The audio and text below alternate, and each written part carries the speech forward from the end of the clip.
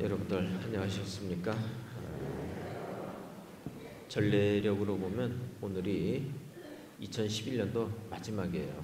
그리스도왕 대축일입니다. 그래서 다음 주일부터는 대림 시기가 들어가게 되어 있는데, 그래서 오늘이 마지막 주간이기 때문에 전례상으로 최후의 심판 그 장면을 이렇게 소개한 거예요.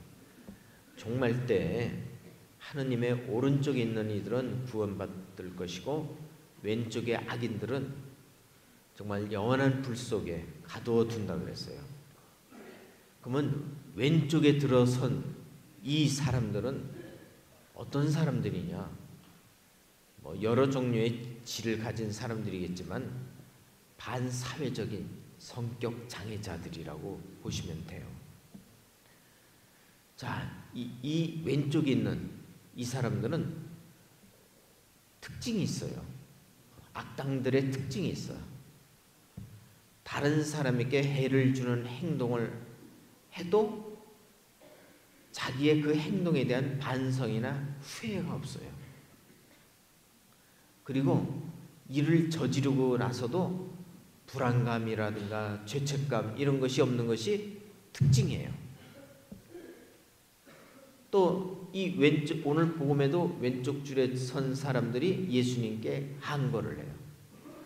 주님, 언제 저희가 주님께서 굶주리시거나 목마르시거나 나그네 된 것을 보고 또 헐벗으시고 병드시거나 감옥에 계신 걸 보고 시중 들지 않았다는 말입니까? 이렇게 항변하는 것이 이 왼쪽에 있는 반사회적인 성격 장애자들의 특징이자 증명하는 거예요. 이 성격 장애자들은 두려움을 유발하는 상황에서도 전혀 불안에 대한 예감이 없어요. 주일 미사 빠지면 안 된다 그래도 밥 먹듯이 주일 미사를 빠지고, 고해성사를 보라 그래도 전혀 보질 않아요. 늘름늘름하게. 이들은 주님이 노여하시는데도 전혀 눈 하나 깜짝거리지 않고 자기 변명하는 것이 그 증거예요.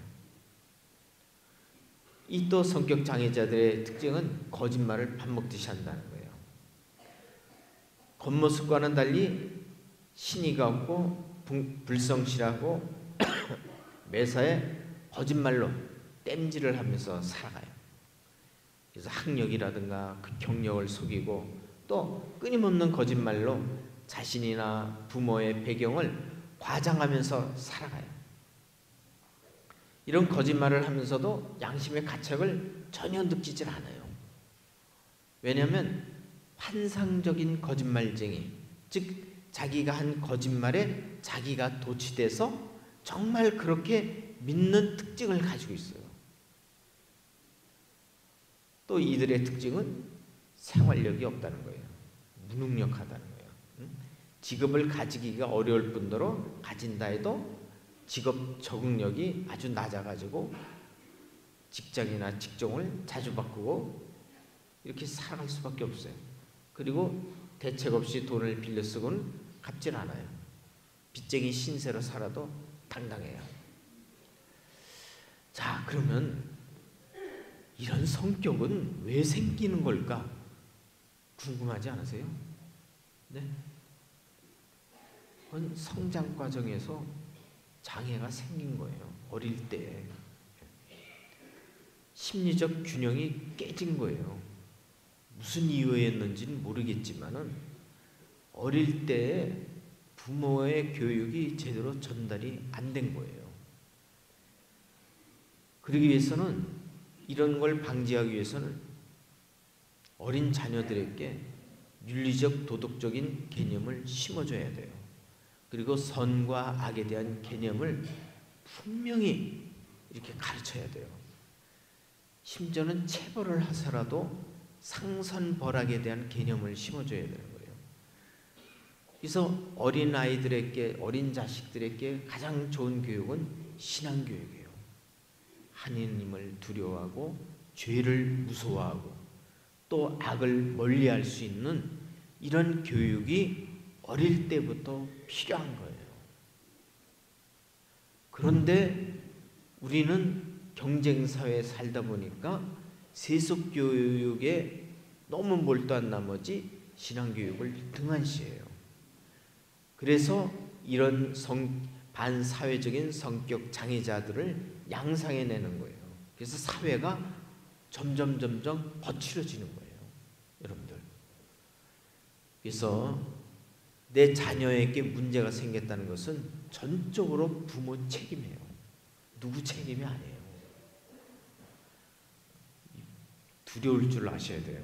그래서 여러분 손주라든가 여러분 자녀들을 교육을 잘 시키셔야 돼요.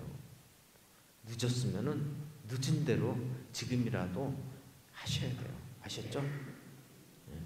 그래서 대림식을 맞아서 이제 대림환이 각 가정을 순회할 거예요. 대림환을 자기 집에 모셔가지고 가족들과 함께 어린 자식이나 손주와 함께 기도하는 습관을 보여주세요. 그럴 때 가정이 기도하는 집이고 우리 집안이 따뜻하구나 이걸 느끼는 거예요.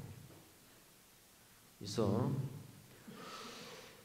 여러분들 자녀들에 대한 신앙교육을 진짜 제가 천년성체 모집할 때부터 강조하지만 이건 진짜 100번을 강조해도 정말 한 번도 저하지 않아요. 그래서 자녀들 교육에 아주 또 매진하셔야 돼요. 아셨죠?